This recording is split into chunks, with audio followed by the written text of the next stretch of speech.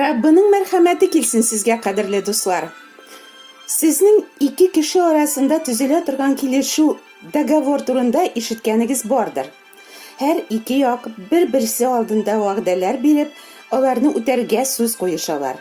Бүген мин сезгә гадәти булмаган килешү, Алла үзе кеше белән төзегән мәңгелек килешү һәм аның билгесе турында сөйләргә телим.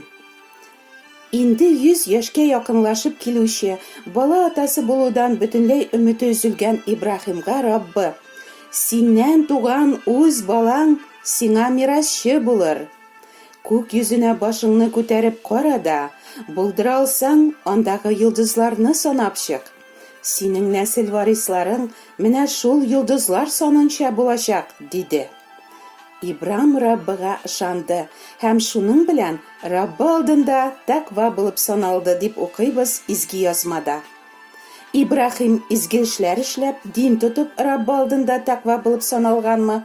Юк, Ибраһим эш-гамәлләре белән түгел, ә Раббының әйткән сүзләренә, ул биргән вәгъдәләргә ышануы белән тәкъва булып саналган. Бу көнне Раббы Ибрам белән килешү төзеп, аңа булай диде: "Мисыр елгасыннан алып, Бөек Фырат елгасына кадәр сузылган бу җирләрне мин синең нәсел тукымыңа бирәчәкмен". Раббы Ибрамга 3 яшьлек бер тона, бер кәҗә, бер сарык тәкәсе, бер урман күгәрчене белән бер бала күгәрченне корбан итеп китерергә куша. Аллаһы Ибраһим белән үзе арасындагы килешүне шулай кан белән беркетеп куя.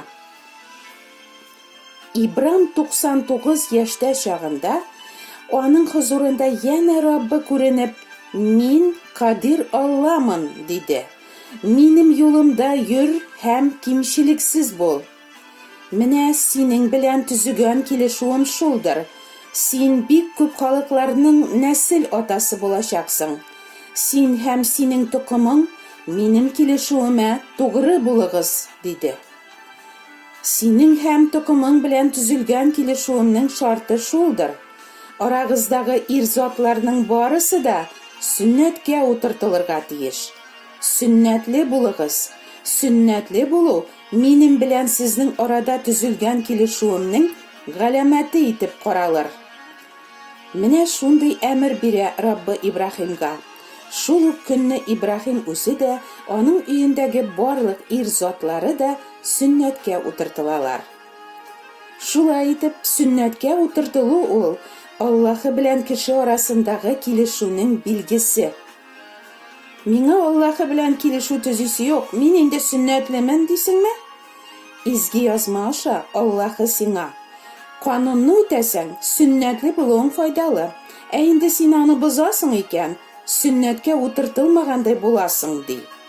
Син, сүннәтле булуың белән мактанучы адәм, канунны бозмыйча, ягъни бер генә гөнаһта кылмыйча яшисеңме? Изге язма аша Аллаһ әйтә: "Барысы да гөнаһ кылдылар. Гөнаһ өчен әҗир үлем", ди. Ягъни бар кешеләр дә гөнаһлары өчен тамукка китәргә тиеш. Син Аллаһының изге язмадагы шушы сүзләре белән риза түгелсеңме? Ул чакта Аллаһы белән синең арада килешү турында сүз дә юк. Син бит аның сүзләренә каршы киләсең. Ә килешү Аллаһының сүзләре белән килешүдән, алар белән ризалашудан, гөнаһларың өчен тамукка лаек булуыңны танудан башлана. Бәдәнеңдәге бу тамга синең белән Аллаһ арасында килешү булса гына, синең Аллаһы каршында тәкъва булуыңны раслаучы билге булып тора. Әгәр Аллаһы белән синең арада килешү татулашу юк икән, тәнеңдәге сүннәт бернигә тормый. Тәндәге сүннәтләнү генә чын сүннәт түгел әле, ә изге рух китергән, йөрәк түрендә булган сүннәт кенә чын сүннәттер, диелә изге язмаларда. Изге рух китергән, йөрәк түрендәге чын сүннәткә ничек ия булырга соң? Кеше үзе дә, башка кеше дә, рухани да, дини гамәлләр кылып яки дугалар укып та кешенең йөрәген сүннәтле итә алмый. Моны Раббы Алла үзе генә эшли. Аллаһы Муса аркылы биргән канун китабында булай дип язылган: Сез Раббыны бөтен йөрәгегез белән яратсын һәм исән-имин яшәсен өчен Раббы Аллагыз сезнең һәм нәсел варисларыгызның йөрәген сөннәтләр. Бу аятта Алла сүзе безгә шулай ук йөрәгебезнең сөннәтле булуы нигә кирәклеген ачык әйтеп бирә. Беренчедән, без Раббыны бөтен йөрәгебез белән ярата алсын өчен диелгән. Икенчедән, без исән-имин яшәсен өчен, ягъни безнең тормышыбыз, мәңгелек тормышыбыз булсын өчен. Мин Раббыны болай да бөтен йөрәгем белән яратам дия аласың. Ләкин, әгәр йөрәгең сөннәтле булмаса, син әле үзеңне һәм үзең өчен кадерле нәрсәләрне яки кадерле кешеләрне барысыннан да өстен күреп яратасың. Чөнки иң башта алар өчен, алар хакына багышлыйсың йөрәк омтылышларыңны, көчеңне, вакытыңны, сәләтләреңне, байлыгыңны, уй-теләкләреңне, ният максатларыңны, хыялларыңны. Изге язмада без Аллаһының Нух белән, Ибрахим белән, Исхак белән, Якуб белән, Муса белән, Дауд белән төзегән килешүләре турында укыйбыз. Ләкин үзенең пәйгамбәрләре аша Раббы яңа килешү төзүячәге хакында әйтә килә. Менә шундый көннәр җитәр, дип белдерә Раббы. Мин Исраил ва Яһүдә халкы белән яңа килешү төзермен. Үз канунымны күңелләренә салырмын, йөрәкләренә язып куярмын. Мин аларның Алласы, алар минем халкым булыр. Мин аларның җинаятларын кичерермен, гөнаһларын бүтән искә алмам. Мин сезне бар булган пычрагыгыздан, барлык путларыгыздан арындырам. Сезгә яңа йөрәк, яңа рух бирәм. Тәнегездән таш йөрәгегезне алып, тере йөрәк бирәм.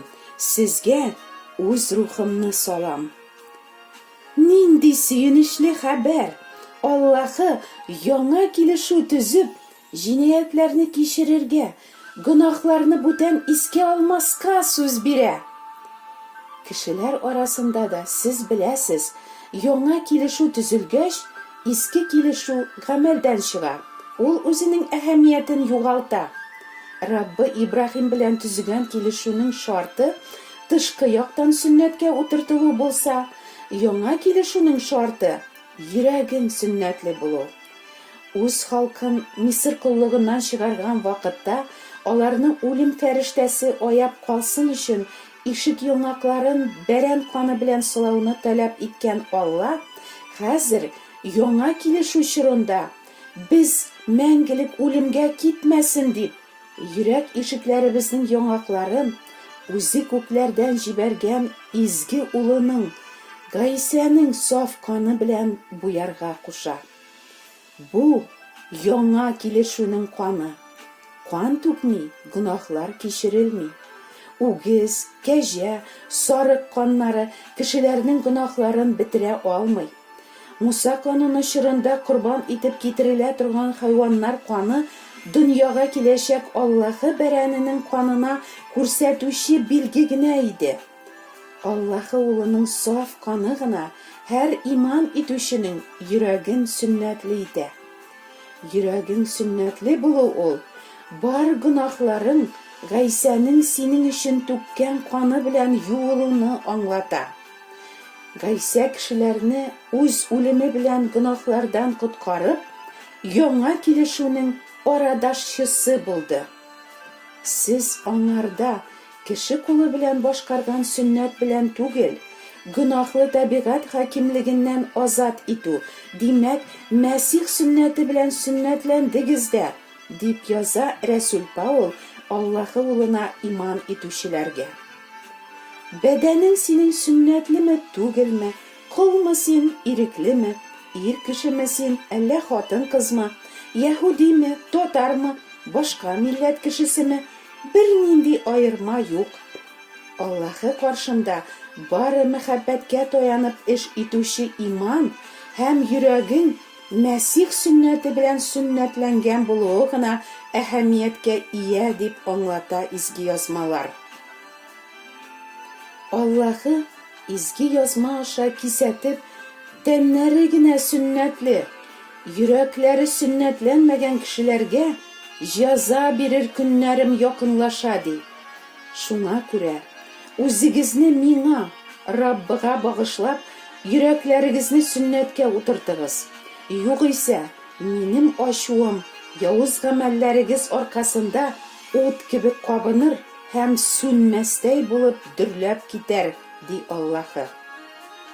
Дусларым, хакыйкать сүзен, үзегезгә котылу китерүче яхшы хәбәрне ишетеп, Гайса коткаручыга иман китергәч, вәгъдә ителгән изге рух Аллаһы мөхүре белән Мәсих аша сез дә тамгаланырсыз. Йөрәгегездәге изге рух Аллаһы вәгъдә иткән мирасны алу өчен ышанычлы дәлил булыр. Амин.